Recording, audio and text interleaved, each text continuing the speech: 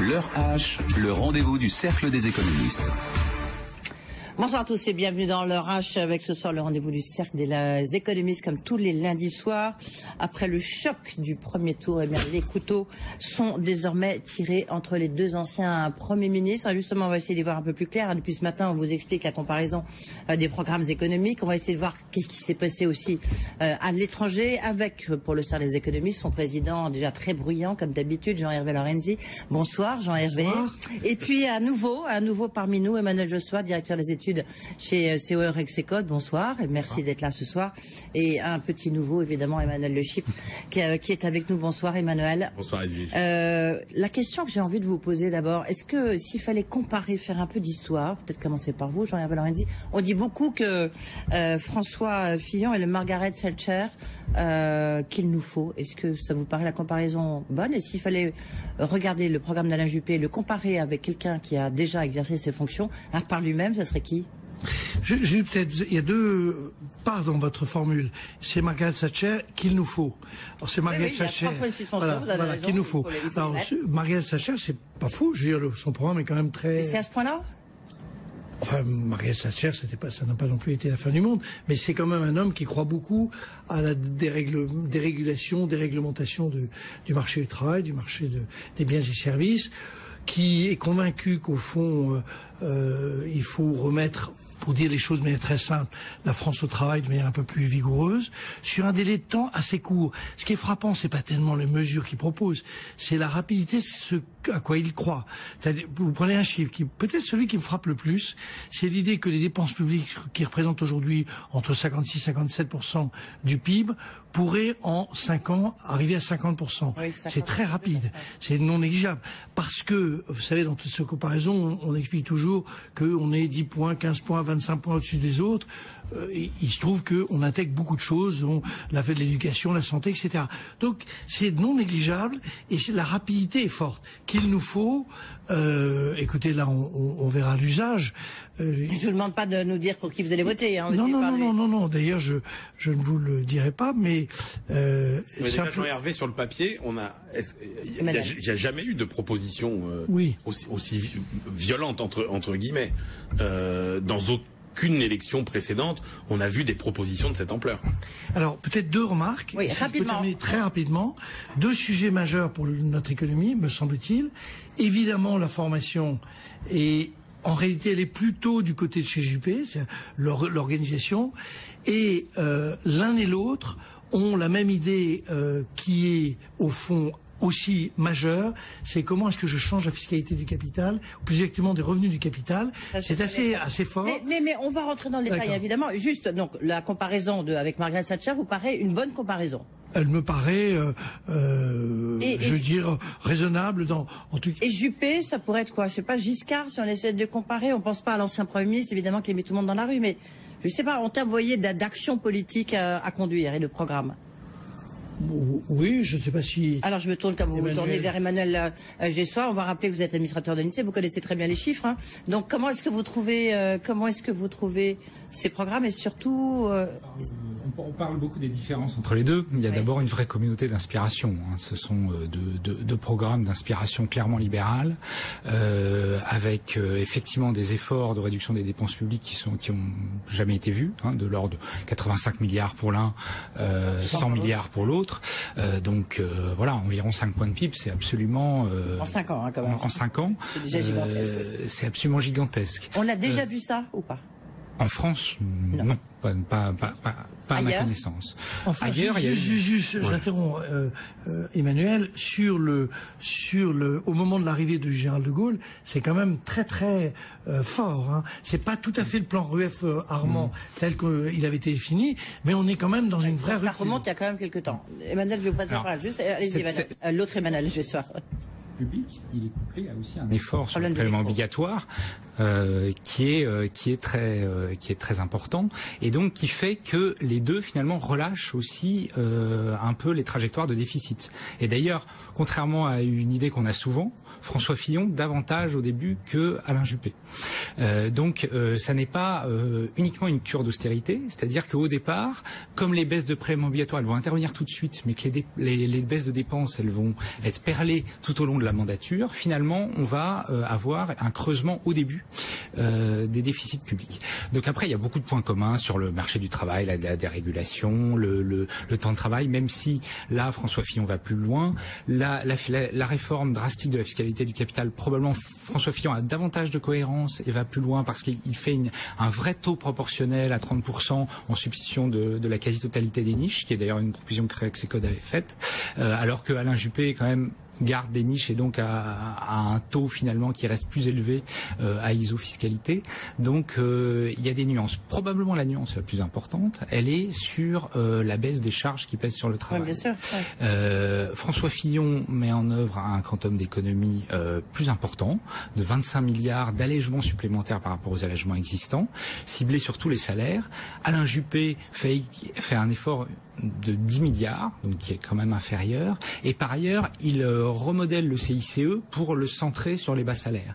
Donc il y a quand même chez François Fillon le pari que l'emploi résultera d'abord d'une restauration de la compétitivité, et donc il y a plus une stratégie de finalement doper la croissance à long terme, à moyen long terme, alors que Alain Juppé veut tout de suite avoir des résultats sur l'emploi avec un ciblage sur les bas salaires. Emmanuel Chute, depuis ce matin, évidemment, vous commentez les différents programmes. Non, c'est vrai le mot pour Fillon, c'est vrai que le mot de thérapie de choc est bien adapté, parce que dans thérapie de choc, il y a de l'austérité, mais il n'y a pas que ça. Et effectivement, vous avez de l'austérité. Quand vous réduisez de 500 000 le nombre de fonctionnaires et de 100 milliards la dépense publique, vous avez de l'austérité. Quand vous augmentez la TVA, vous avez de l'austérité. Mais quand vous créez un électrochoc aussi sur la fiscalité et les charges payées par les entreprises, voilà. Après la comparaison avec Margaret Thatcher dans l'inspiration du programme. Parce que pour essayer, vous voyez, oui, c'est intéressant de regarder n'oubliez pas que ce qui a bâti la légende thatcherienne, elle s'est blanchie sous le harnais, j'ai envie de dire. C'est-à-dire que ce qui a fait la légende de Margaret Thatcher, c'est pas tellement l'originalité de son programme, c'est la détermination. Exactement. C'est la détermination et le conflit avec les syndicats. C'est ça. Et donc la comparaison avec Margaret Thatcher ne vaudra que si François Fillon, si c'est lui qui d'abord gagne la primaire, et si c'est lui qui est élu président de la République, montre la même détermination à appliquer son programme. Et Dieu sait si on peut se poser des questions aujourd'hui. Mais Juppé, ça serait plutôt quoi alors s'il fallait le comparer, parce que il y a une différence fondamentale, philosophique. Non, mais les comparer avec un autre personnage, un autre dirigeant, je ne sais pas, ça serait. Honnêtement, Alain Juppé, lui, n'est pas dans la posture de Fillon. Considère qu'en gros l'État intervient trop et que l'État doit finalement abandonner tout un tas de missions et de tâches qu'il ne peut plus faire. C'est pas ça la conception d'Alain Juppé. Alain Juppé est plus un vrai défenseur du modèle français. Alain Juppé considère, il est dans la filiation chiracienne quelque part. Voilà, je voulais vous l'entendre dire. Beaucoup plus. Mais c'est vrai qu'Alain Juppé, lui, considère plutôt que le modèle français fonctionne mal et qu'il faut le remettre en ordre de marche, alors que clairement François Fillon pense que ce modèle est à bout de souffle et qu'il faut le changer. Peut-être juste une remarque, il y a un léger pas désaccord, mais me semble-t-il, il faut le rajouter à ce qu'a dit Emmanuel. Il y a quand même une grande différence. Gessoir ou le chiffre, faut préciser. Non, Gessoir. Tous les deux étant remarquables, mais le plus jeune. Et le plus chevelu. Ouais, l'idée quand même, il y a une grosse distinction qui est sur les chiffres. C'est peut-être même la plus importante, c'est sur cette affaire de suppression d'emplois de fonctionnaires. Ouais. Je vais vous dire, parce que là, ils vont se bagarrer là-dessus. Vous verrez jeudi que ça va être l'élément de crédibilité. C'est les déficits qu'a mentionné Emmanuel Gessoir et les fonctionnaires. Ça va être là-dessus. Et déjà, on le voit bien, quand on regarde sur Twitter, partout, sur les réseaux sociaux, on attaque là-dessus. Alors, les chiffres sont quand même très très significativement différents, et l'argumentation de Juppé, ce sont deux hommes qui étaient premiers ministres, donc ils connaissent parfaitement tous ces chiffres-là. On va avoir un problème de crédibilité de l'un ou de l'autre. De l'un, si on considère que... Alors on va rappeler François Fillon, a priori, parce que ça bouge, ça évolue. François Fillon, c'est moins 600 000 fonctionnaires, plus... Attendez, je vais faire une fine ma phrase. Ouais. Et plus 100 000 recrutements de fonctionnaires. Donc en net, ça fait 500 000 fonctionnaires en moins. C'est ça. Et alors que Alain Juppé, c'est 300 000 fonctionnaires. Il y a une grosse différence, quand même. Vous voyez que derrière cette idée un peu générale, ils sont libéraux, ils sont ceci, ils sont cela, tout ça est quand même, j'allais dire, c'est très intéressant la qualité de leur programme. Mais au fond, là, il y a une vraie bagarre de chiffres et de crédibilité. C'est-à-dire, si les chiffres de Fillon se révèlent au fond assez adaptés, ça veut vraiment dire que Juppé manque de cohérence dans ce qu'il dit. Ou d'audace.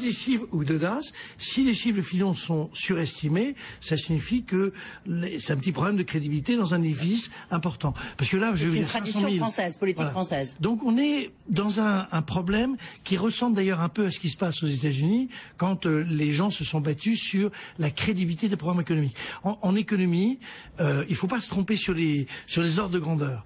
Et on verra bien sur lequel des deux est le plus crédible. 500 000, ça fait à peu près 10% des effectifs. Oui, 5,5 millions. Il y a beaucoup de pays qui l'ont fait en 5 ans. Ouais. Si vous prenez à la fin des années 80, vous avez énormément de pays qui l'ont fait en 5 ans, et pas que des petits pays.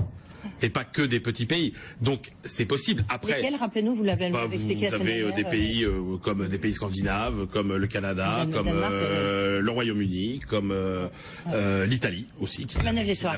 Ouais, donc c'est possible. Et donc, c'est possible. Ce qu'il faudra qu'il nous explique jeudi, c'est quelle réforme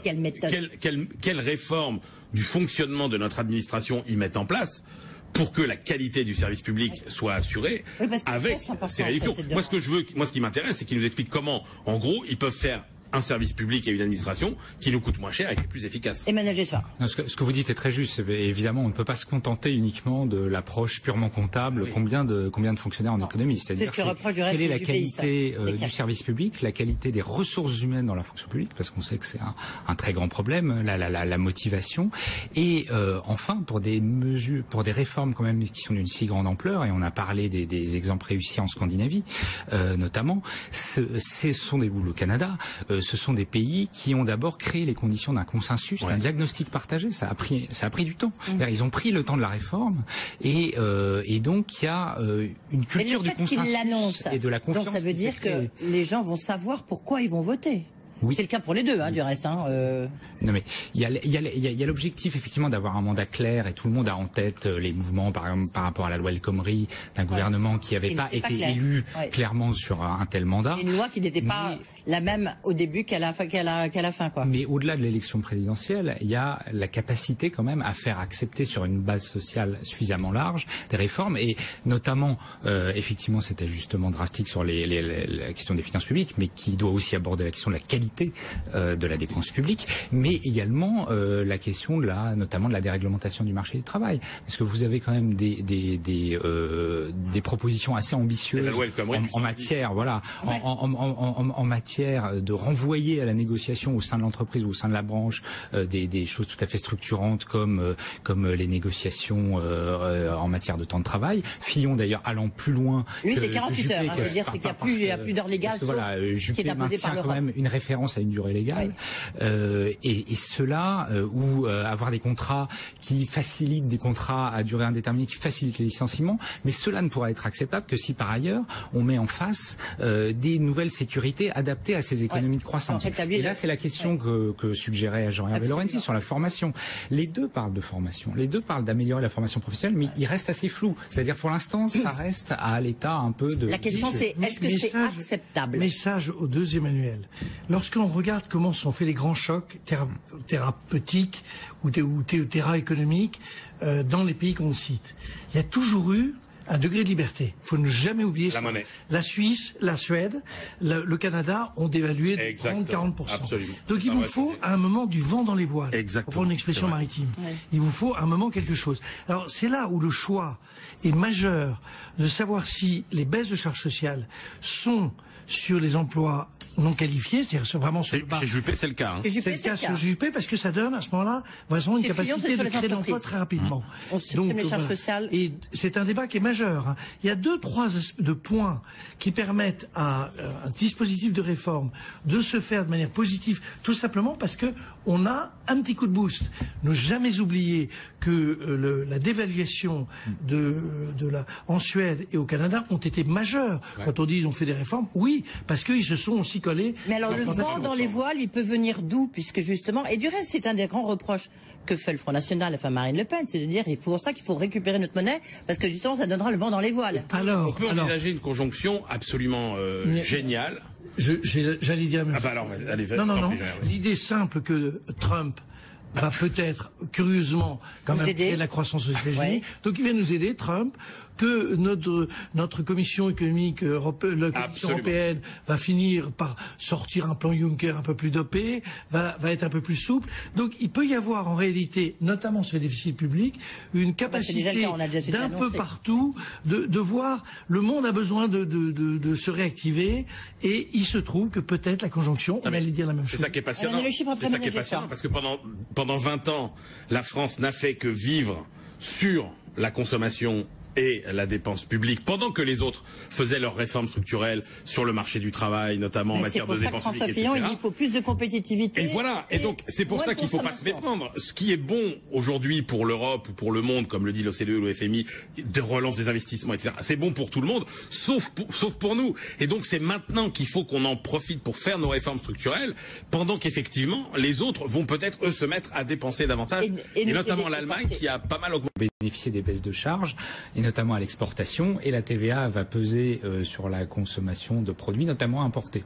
Et donc, vous mimez un peu, via des transferts de charges, les effets d'une dévaluation. Les deux le proposent.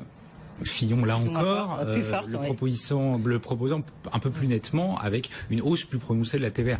Mais c'est bien l'idée d'essayer de recréer un peu artificiellement ce genre de mécanisme.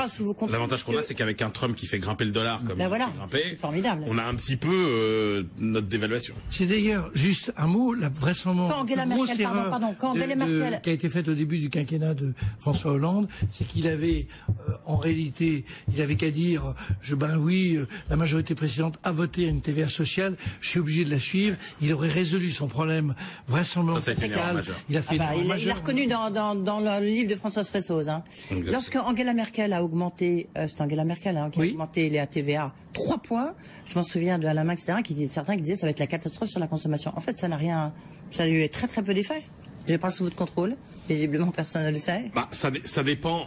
Après, alors si vous regardez tous les travaux faits par l'OCDE, Banque de France, INSEE, sur les façons dont se répercutent les hausses de TVA, c'est assez complexe. En réalité, à très grands traits, en général, la hausse de TVA ne se répercute qu'à moitié, à peu près, sur les prix à la consommation. Donc, mais ça a quand même un impact. En Allemagne, on l'a vu quand même sur la consommation. Si la TVA sociale est bien faite, elle baisse aussi les charges sociales des parties des gens. C'est l'objectif. Et donc c'est un petit supplément. Donc on doit pouvoir trouver quelque chose d'assez astucieux. Tout le problème est de savoir est-ce qu'on fait 2 points, 3 points ou 4 points ou 1 point. Là aussi, il ne faut pas de timidité. Si on prend cette politique, il faut la prendre, j'allais dire, de manière... 2 points, on s'en souvient que François Fillon, au départ, était parti sur 3 points, et puis maintenant, il est sur 2 points, non? Emmanuel Jouet, ça je me trompe, oui. Et c'est acceptable, 2 points? Est-ce que... 2 points, c'est 16 milliards et demi, à peu près. 16 milliards. C'est un gros choc, donc effectivement pour le rendre en un sens plus indolore au niveau de la consommation des ménages, il faudrait qu'il y ait une répercussion des baisses de charges dans les prix. En même temps, on voit bien qu'on a aussi besoin que les entreprises restaurent leurs marges via les baisses de charges, c'est-à-dire que des hausses de compétitivité coûts se traduisent en fait en restauration de marge et en gain de compétitivité hors coût avec de l'investissement. C'est-à-dire que ce dont on a plutôt besoin, c'est que les entreprises, en restaurant leurs marges, essayer de monter en gamme et de faire les investissements qui vont permettre d'enclencher une stratégie à l'allemande. Et donc là, on voit bien qu'on a un peu conflit d'objectifs. Justement, sur le front de l'emploi, quel est le plus efficace? Est-ce que propose Fillon allègement essentiellement sur les entreprises, les charges sociales, ou c'est Alain Juppé qui dit, lui, exonération surtout sur les bas salaires au niveau du SMIC? De mon point de vue, Juppé, dans un premier temps, le débat porte toujours est toujours le même. Il consiste à dire en 10 secondes, soit si je suis en bas, évidemment que ça crée de l'emploi, non qualifié, mais ça nous maintient un peu dans au fond, notre marée de technologie moyenne, et donc on ne grimpe pas. Et la stratégie, me semble-t-il, c'est d'abord de réenclencher la mécanisme de création d'emplois, puis progressivement de l'étendre de manière à ce qu'on remonte en gamme de production. Emmanuel, d'accord avec ça? Ce qui est dangereux sur un pays comme la France. C'est l'emploi, parce que c'est vraiment la priorité numéro 1, non? Oui.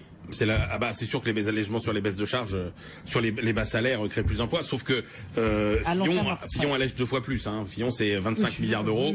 Juppé c'est que 12 milliards. Donc globalement Fillon aura quand même sans doute plus d'effets sur. Le mot de la fin pour Emmanuel Jessouard. La question c'est finalement est-ce que on essaye de stimuler l'emploi, d'avoir des effets rapides sur l'emploi en ciblant sur les bas salaires, mais ça fait 25 ans qu'on fait ça et finalement le chômage n'a durablement pas bougé.